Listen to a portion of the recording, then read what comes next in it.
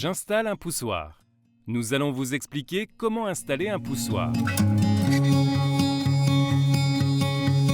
Un poussoir permet de commander un télérupteur dans un couloir où il est nécessaire d'avoir 3 ou plus de points de commande. Il permet aussi de commander une minuterie, très pratique dans une cage d'escalier. Il permet encore de commander un télévariateur pour faire varier des lampes de forte intensité, lustre par exemple. Contrairement à un interrupteur va-et-vient, le poussoir laisse passer le courant seulement lorsque l'on appuie dessus. Cette action est largement suffisante pour commander la bobine d'un télérupteur ou d'une minuterie. Donc, lorsque l'on relâche l'appui, le poussoir revient automatiquement en position repos.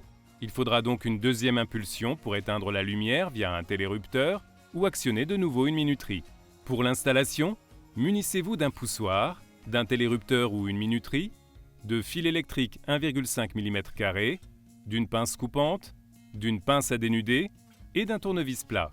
Comme avant toute intervention, coupez le courant via le disjoncteur d'abonné et assurez-vous de l'absence de tension à sa sortie.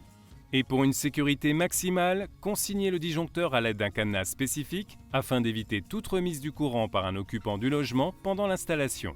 L'ensemble des poussoirs actionnant le télérupteur doivent être raccordés d'un côté à la phase en sortie du disjoncteur associé et de l'autre à la borne A2 du télérupteur ou à la borne B quand il s'agit d'une minuterie.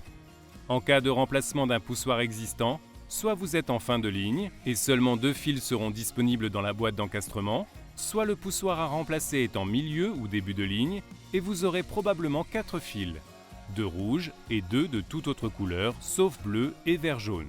Raccordez le ou les fils rouges sur la borne marquée L et le ou les autres fils sur la borne marquée 1. Fixez le poussoir de niveau dans la boîte d'encastrement, puis clipez la plaque de finition sur le support. Déconsignez et remettez le courant au disjoncteur général. Votre installation est terminée. Vous pouvez allumer ou éteindre votre télérupteur en appuyant sur un des boutons poussoirs installés par vos soins.